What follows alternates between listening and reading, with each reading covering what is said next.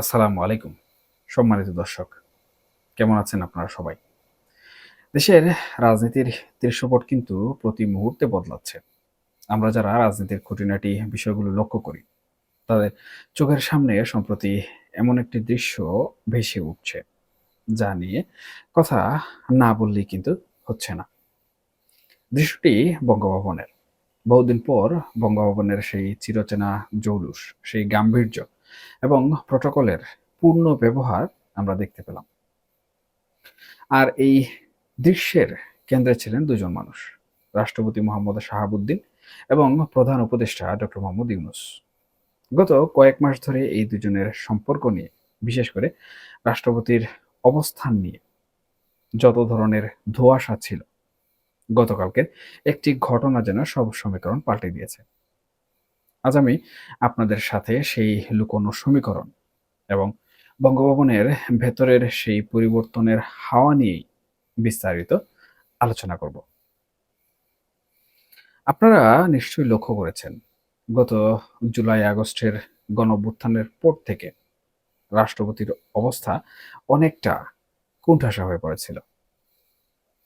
সরকার গঠনের সময় ডক্টর ইউনূসের নেতৃত্বাধীন অন্তর্বর্তীকালীন সরকার শপথ নিল ঠিকই, কিন্তু এরপর থেকেই রাষ্ট্রপতির সাথে সরকারের দূরত্বটা বেশ স্পষ্ট হতে শুরু করে।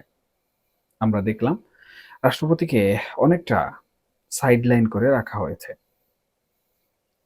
বিভিন্ন সময় তার পদত্যাগের দাবি উঠল।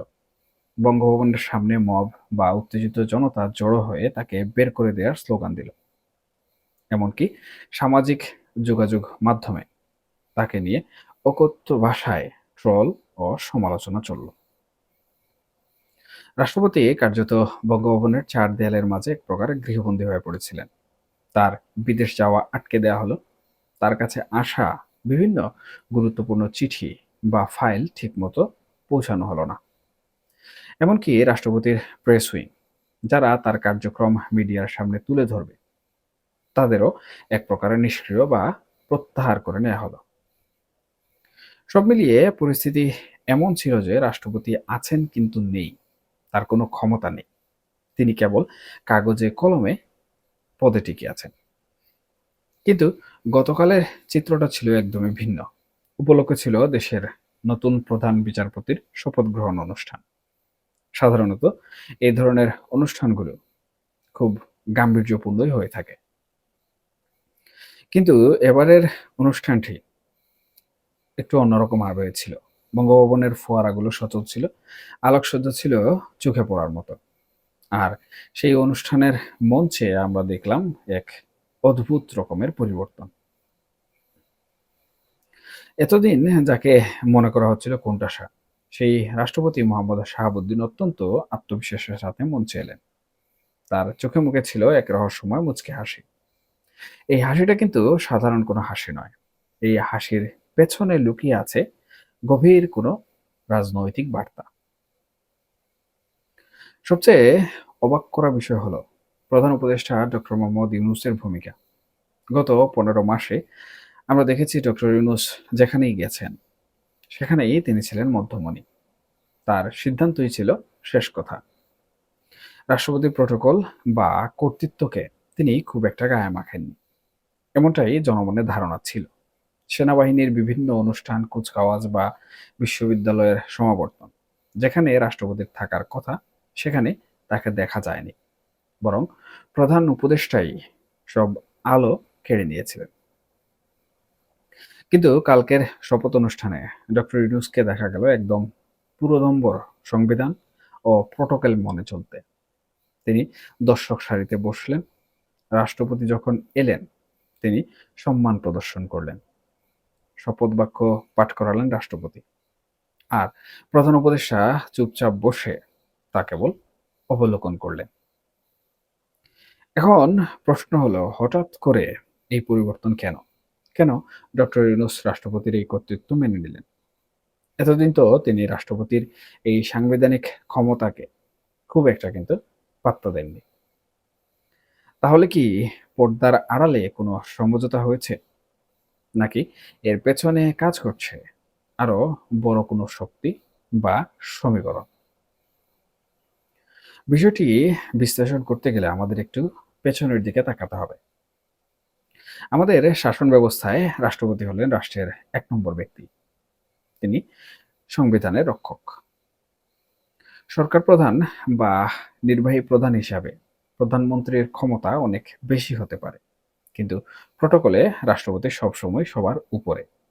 ডক্টর ইউনূস হয়তো এতদিন বিপ্লবী সরকারের একটি মেজাজে ছিলেন। তিনি হয়তো ভেবেছিলেন পুরনো কাঠামো ভেঙে নতুন কিছু করবেন। কিন্তু বাস্তবতা হলো দিন শেষে রাষ্ট্রকে একটি সাংবিধানিক কাঠামোর মধ্য দিয়েই চলতে হয়। সামনে নির্বাচন আসছে, ক্ষমতার হস্তান্তর অবশ্যই করতে হবে।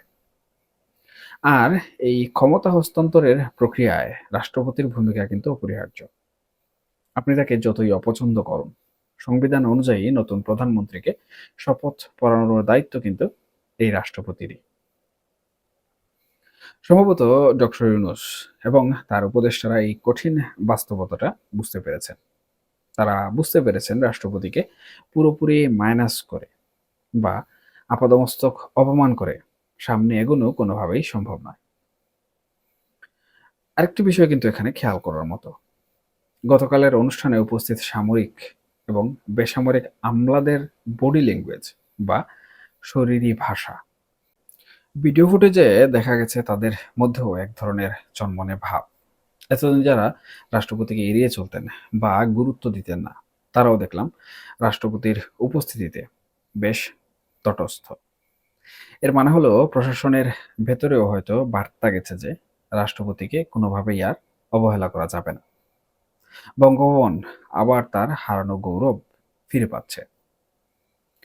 একজন মানুষ যখন চরম অপমান, লাঞ্ছনা আর অনিশ্চয়তার ভেতর দিয়ে যান, তখন তার মনোবল ভেঙে যাওয়ার কথা।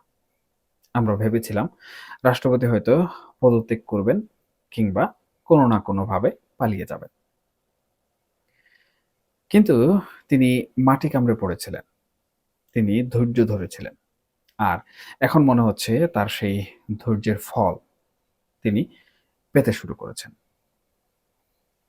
তার এই ফিরে আসা, এই রাজকীয় ভঙ্গিমায় মঞ্চে উপস্থিত হওয়া, সবই প্রমাণ করে যে তিনি ঝড়ের ঝাপটা সামলে উঠেছেন। এই হাসিটা হয়তো তার সেই বিজয়েরই বহিঃপ্রকাশ। এই পুরো ঘটনার সাথে তারেক রহমানের দেশে ফেরার কোনো যোগসূত্র আছে কিনা সেটাও কিন্তু অনেকে ভাবছেন। রাজনীতির মাঠে এই বিষয়টি নিয়ে গুঞ্জন আছে। আগামী দিনে ক্ষমতার পালাবদল আসন্ন। বিএনপি হয়তো ক্ষমতায় আসবে বা নির্বাচনের মাধ্যমে একটি গণতান্ত্রিক সরকার গঠিত হবে। সেই প্রক্রিয়ায় রাষ্ট্রপতির সমর্থন বা ভূমিকা প্রয়োজন হবে। হতে পারে আন্তর্জাতিক মহল থেকেও কোনো চাপ ছিল যে সাংবিধানিক প্রতিষ্ঠানগুলোকে অবশ্যই সম্মান জানাতে হবে। রাষ্ট্রপতিকে এভাবে অকার্যকর করে রাখাটা বহির্বিশ্বে ভালো বার্তা দিচ্ছিল না। তাই হয়তো সরকার বাধ্য হয়েই নমনীয় হয়েছে। এখন দেখার বিষয় হলো এই মধুচন্দ্রিমা কতদিন টেকে।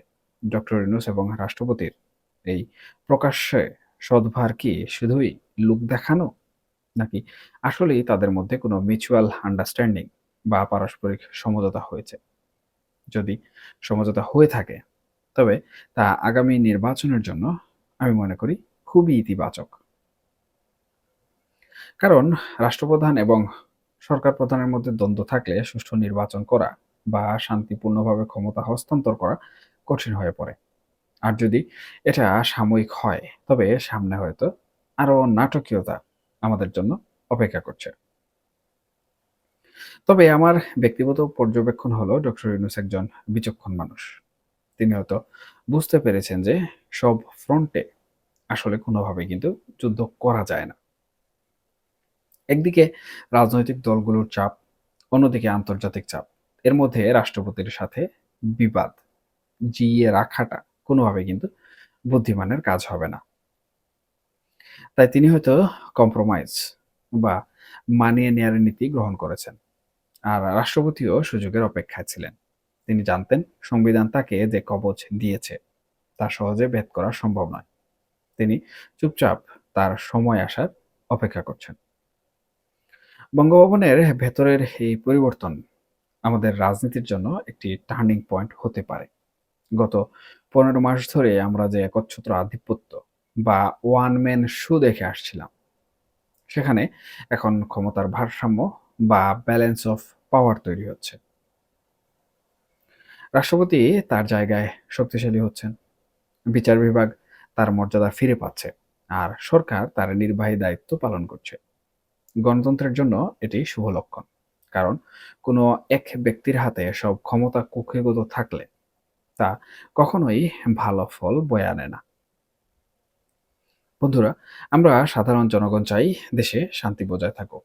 আমরা চাই সংবিধান সমুন্নত থাকুক। বঙ্গভবন, গণভবন বা সচিবালয়, যেখানেই যা ঘটুক, তার চূড়ান্ত প্রভাব কিন্তু আমাদের উপরই এসে পড়ে। রাষ্ট্রপতি এবং প্রধান উপদেষ্টার এই সহাবস্থান যদি দেশের স্থিতিশীলতা ফিরিয়ে আনে, তবে তাকে আমরা সাধুবাদ জানাই। কিন্তু এর আড়ালে যদি কোনো নতুন ষড়যন্ত্র বা ক্ষমতার ভাগ বাটোয়ারা চলে, তবে সেটা খুবই দুঃখজনক। রাষ্ট্রপতির সেই হাসিতে কি কোনো প্রচ্ছন্ন হুমকি ছিল, নাকি ছিল স্বস্তি? তিনি কি ডক্টর ইউনূসকে বুঝিয়ে দিলেন যে শেষ হাসিটা আমিই হাসলাম? রাজনীতির এই মনস্তাত্ত্বিক খেলা আসলে বোঝা বড় কঠিন। তবে গতকালের সন্ধ্যাটা নিঃসন্দেহে রাষ্ট্রপতির জন্য একটি বিজয়ের সন্ধ্যা ছিল।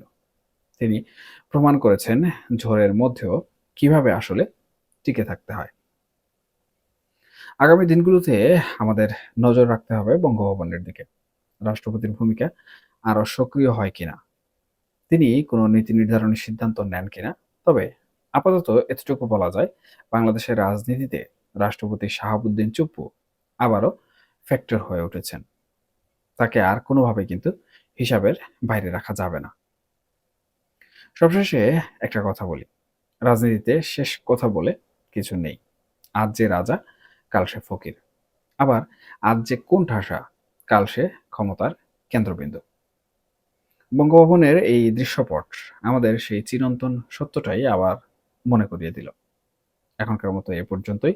সবাই ভালো থাকবেন, সুস্থ থাকবেন এবং হ্যাঁ, অবশ্যই নিরাপদে থাকবেন। আল্লাহ হাফেজ।